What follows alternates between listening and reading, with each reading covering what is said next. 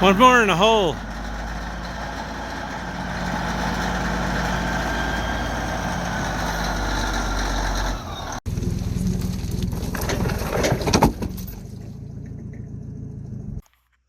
Alright, this is how you remove belly pans as a one-man operation when you ain't got no help.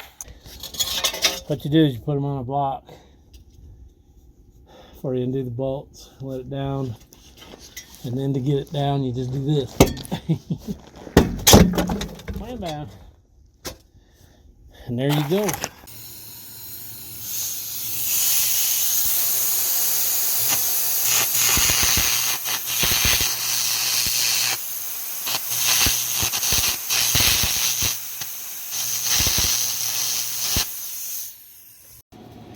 This is what we use for welding that kind of stuff. This is really good rod. It's kind of expensive, but good stuff.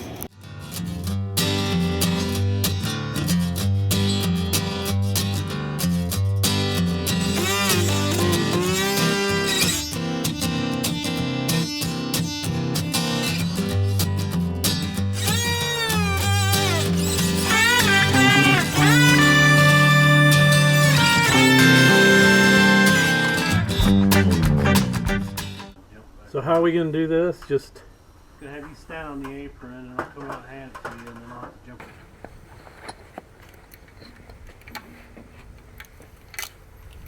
Guy should have came over here yesterday with a steam cleaner and went after some of this. Didn't realize it was so damn dirty. Well, it's pretty oily if we're going to have to steam it when we're done anyway. I mean, it'd just be nice to have it clean so when we go to assemble it we don't fight in dirt and grease. All that fun stuff. Anybody can. They can. It's a fact, Matt. It's a proven fact. You can know this. So, how are you handing this to me? Up under here? Yeah. You want me to sit on this? And yeah, if you can hand it right here and get it.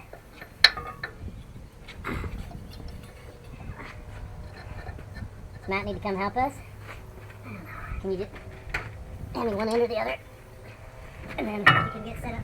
Yeah, set it on that. Just hang on to it. Okay. Tip it or rotate it? What do you want me to do? I gotta get mine up. I can't get in. I gotta go your way. Alright. Okay, now, what, take the plug and the paper towel out? Okay, I'm going up on. Let me make sure I got that clean. Amazing. I guess try again. I think this one might really. Yeah. Trying, but can't let you brush it. Get started. Not a good place for the fingers, is it? No, it's not. Yeah.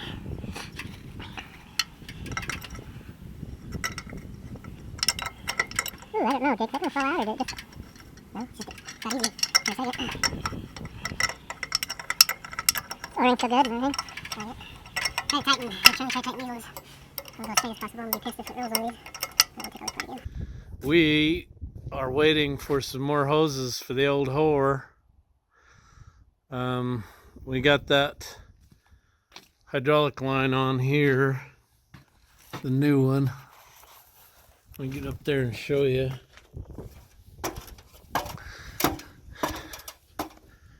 Okay, this is the pipe assembly that we got from Yellowstone Valley, and we had to take it in, and we had to have them machine this surface here because it'd been laying outside for 15 years. And so the inside was super rusty. So what I did is I went and I bought a couple gallons of muriatic acid and plugged all the holes except for the ones to fill the pipe, both pipes. And you want to wear a respirator, you want to wear a face shield, and you want to wear gloves because it's bad stuff.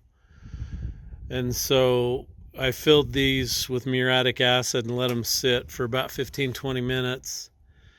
Dumped it out, steam cleaned it. It looked like virgin metal inside there. I am not kidding you. It ate all the rust out of there. So If you ever got a really rusty pipe, that's what you do. Fill it with muriatic acid. But like I say, be super careful because it's nasty, nasty stuff.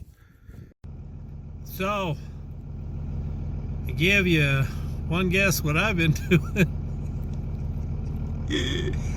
That's right, running the steam cleaner. Used my rubber boots. And I've been steam cleaning, and man, I got filthy. I can't tell you how many times I've steam cleaned these scrapers before, trying to get them absolutely clean. We want them clean before they come in the shop, and we want them clean before they go to this facility. We don't want any contamination. We don't want to bring stuff in, and then I don't know what they're going to do when we get ready to leave, because I'm going to say, hey, we need to wash these off here. What are we going to do with the waste? So, I don't know what they'll do. I mean, even if they'll just let us wash the mud and the crud off, because nobody likes you bringing in noxious weeds and species of things that don't belong. So, we try to keep them cleaned off. So somebody suggested I need a lathe. So this is an old Craftsman lathe. My dad has had this. Oh, I remember he had it down in the basement when I was just a little bitty baby. But he moved it out here in the hangar. Airplane for sale. Somebody still wants it. I got a annual scheduled to do on it. It's a 67 Blanca Viking with a 300 Continental with 1,492 hours on the motor.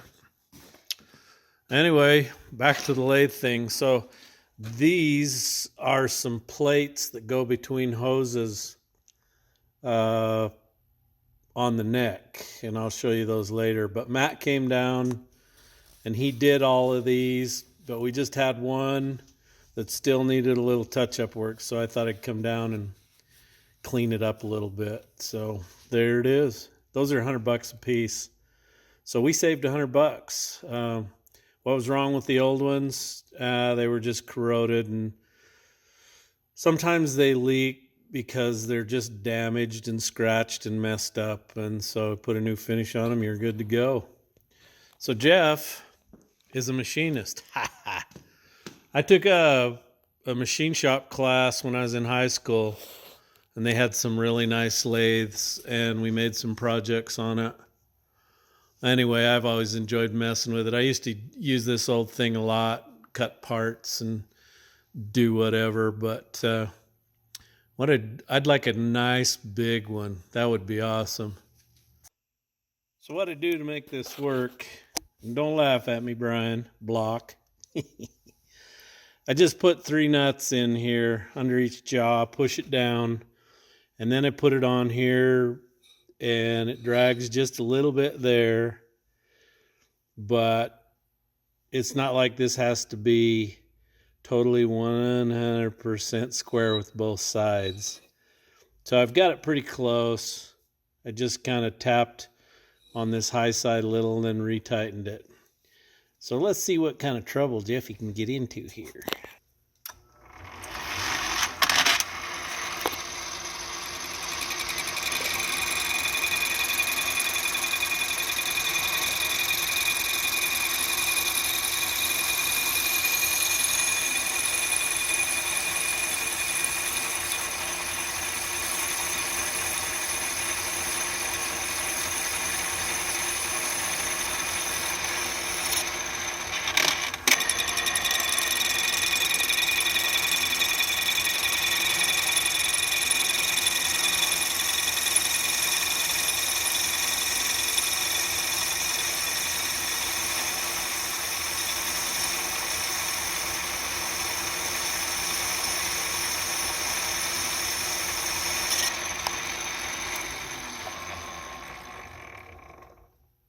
Phew, I better start my own YouTube machine channel. Paydirt machine shop. Oh, that's a good one, ain't it? Well, I think that's pretty good. I better quit while I'm ahead. Okay, I ran a little cutting oil on it on my final last pass. And that did a pretty dang good job, so I'm happy with that.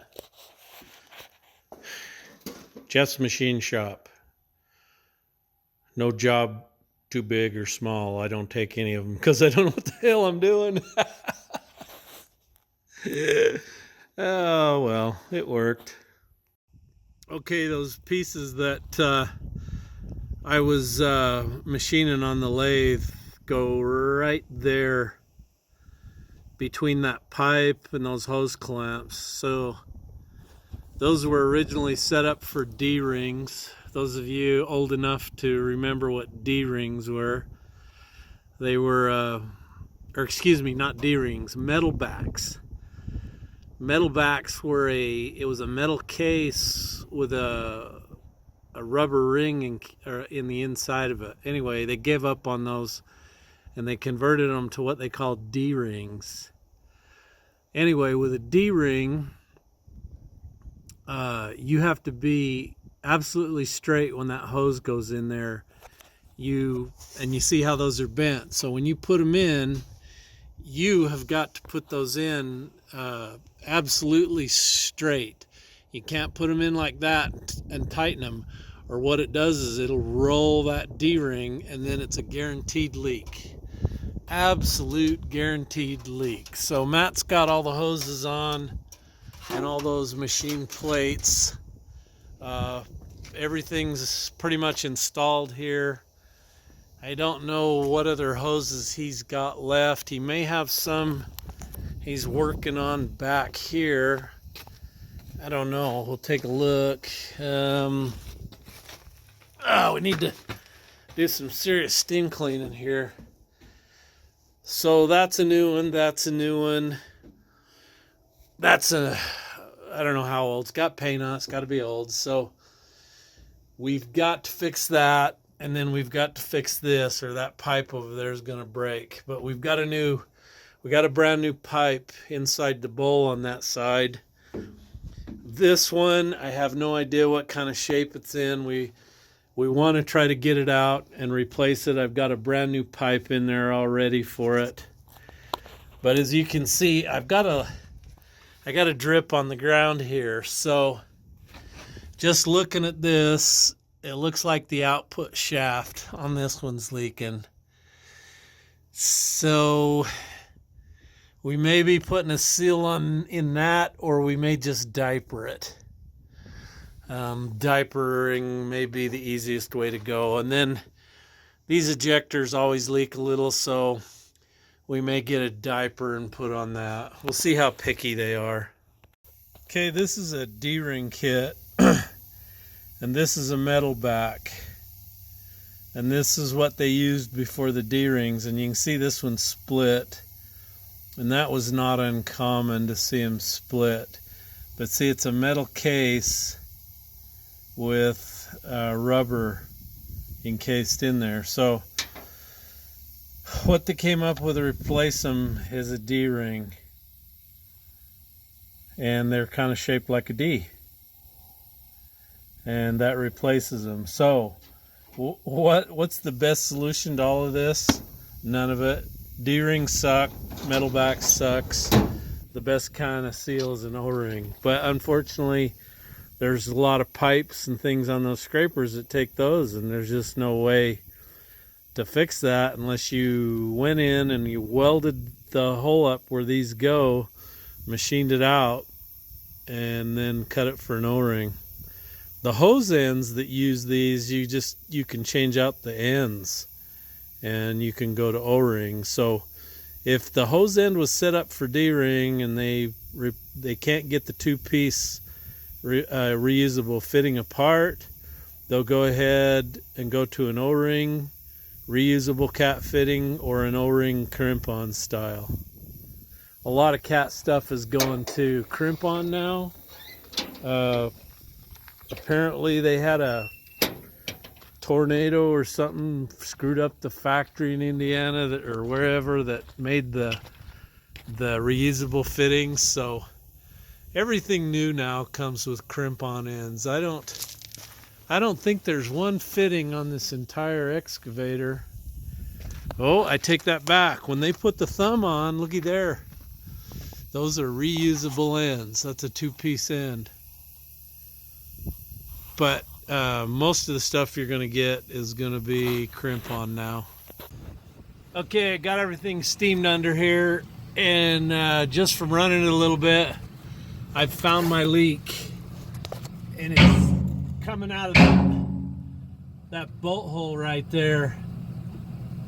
So that tells me that bolt hole is broke inside the housing. So we'll take it out and we'll silicone it. And looks like I got another one on the side there that's leaking. So that's an easy fix. Anyway, this is the Scavenge Pump. See, all these older Cat engines have the accessory drive on the back. So this is the Scavenge Pump, and it scavenges this housing right here. And this is the retarder on the back of the engine. So it has to scavenge the leakage oil out of there. And then what it does, if I can get in here. So what it does is it pulls that scavenge oil out and pushes it up into here to the bearing on this drive. Okay, this is the push-pull pump, and that operates your push-pull stuff. It looks like possibly we've got leakage under the drive adapter on that, so that's got to come off. Looks like we've got a leak on this cover plate here. We'll have to reseal that. There's a screen inside here so that any large pieces can't go through the scavenge pump. Anyway, so that makes me feel a whole lot better. This is not going to be that bad. When we get this in the shop, we'll be able to pull all this apart and fix it pretty simple. The biggest hurdle I've got is I've got a leaking front seal, and that's going to be the worst one to fix. So we got a problem with the hydraulics on the 245. So you can see the boom is leaking down. Like Burnout says, the original T-Rex.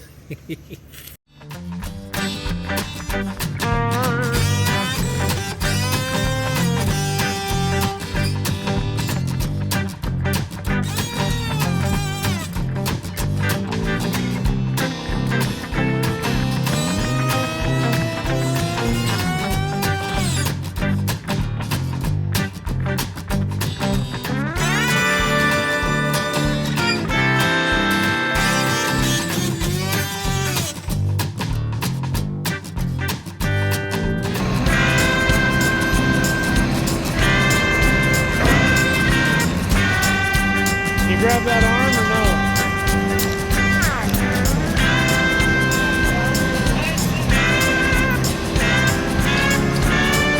Back up.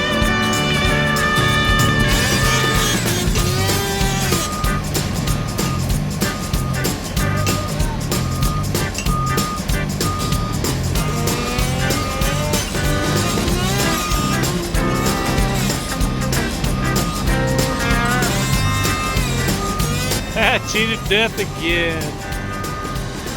Safest sons of bitches on the face of the planet.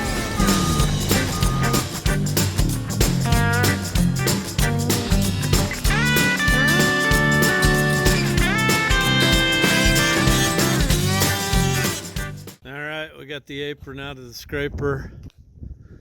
And we decided not to use the service truck because this thing is heavy. and we used the excavator on it. Anyway, this is an apron kit that I got from Steel Unlimited, and I got the full kit, apron kit, and I totally replaced the arm. This is AR plate. I think this is 5/8 AR plate on it. Anyway, this is quite a process to do this.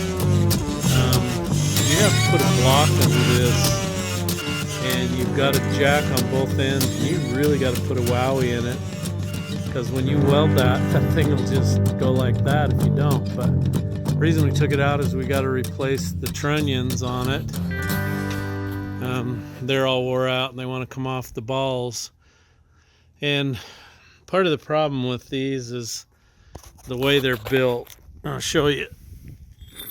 So this is a new one, and I want you to see how tapered this is right here.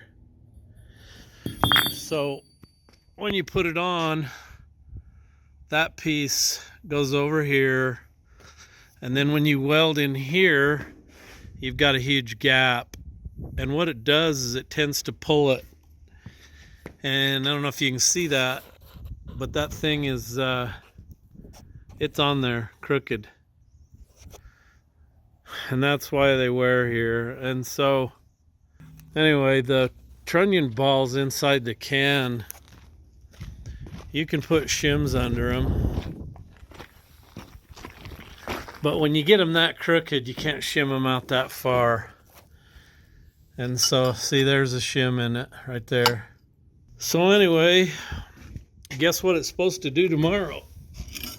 It's supposed to snow, and it must be good. It must be a doozy because the state's out spreading mag chloride on the highways. And it's blowing out of the north. It's pretty chilly right now, so something's coming. They said we're gonna have a storm roll in tonight.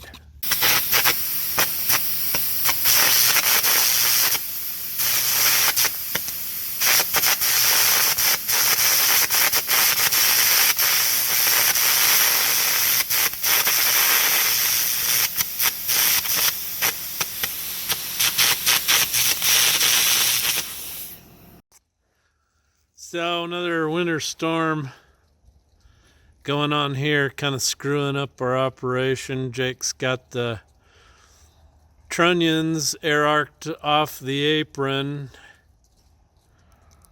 Gonna show you that.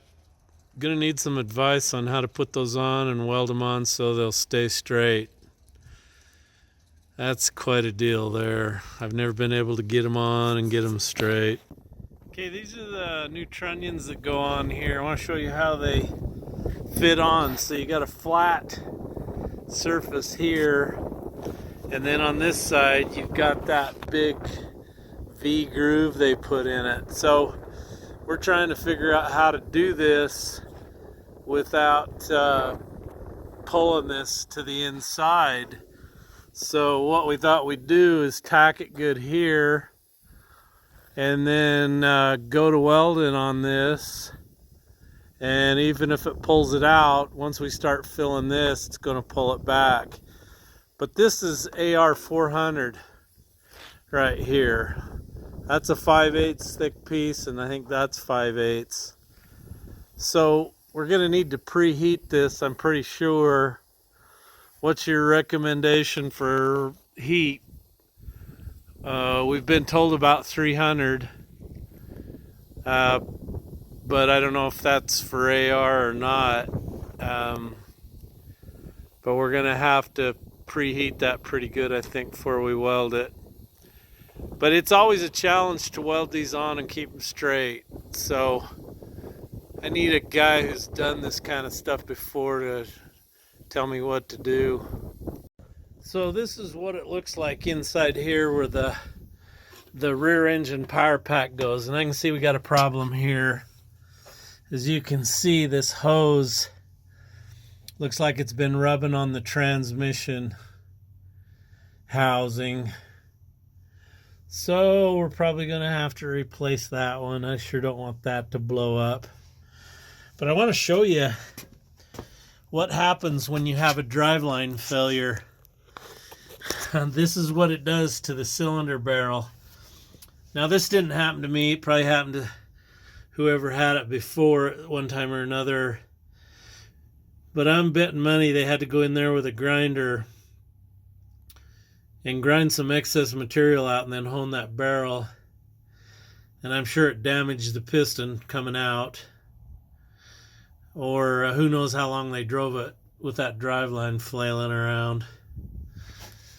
But if you wanted to take out your differential easily, this is the time to do it. If you had the rear power pack out, I'm not sure you could, I don't know if you could get that out between the ejector cylinder or not. If you wanted to take it out up through the top, you'd probably want to remove the ejector cylinder.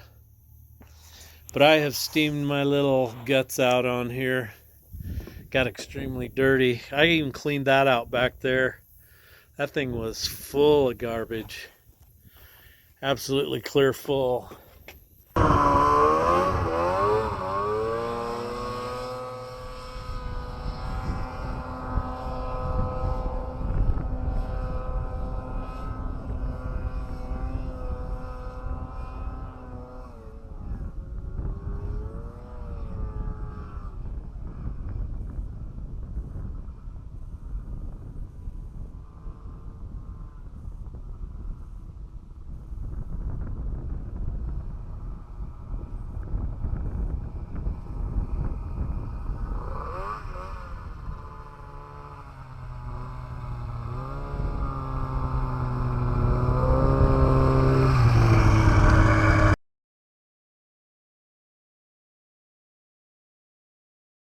Hey everybody, I got my new Flex Fit hats in.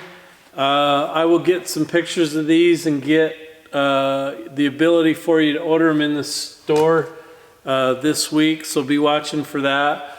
Also still got old Kenny hats and then the traditional style Anderson hat. Those are in the store now. And then one other cool item that Tony Spresser made for me. You saw the Filthy Whore cut out. I'm going to put those in the store, so watch for those this week. Also too, got another shipment of the Anderson Construction equipment calendars in. Those are in the store if you want those. The old Kenny coloring book, there's a link to the Amazon site below. I don't make any money off that. And also the swimsuit calendar, so you can get one of those. Hey everybody, good evening to you. I want to give a shout out to some of my awesome subscribers. Get out your drinking glasses. Awesome, awesome. There's 3. Emmis Doherty from North Carolina. Thank you, Emmis, for subscribing. David Phillips from Pasadena, Texas. I thought only Pasadena was in California. Anyway, thanks, David. Ed Goslin from Pot Headland, Oregon. Love that name, Pothead. Brian Garland from Fort Lauderdale, Florida. Thank you, Brian. Dave Anderson from Zimmerman, Minnesota. Thank you, Dave. Bob Kernodle, he's from Nashville, Tennessee. Thanks, Bob. And Doug Wilton from Brighton, Michigan. Thank you, Doug, for subscribing. Anyway, I'm pulling my hair out with all these repairs and the stress this is causing.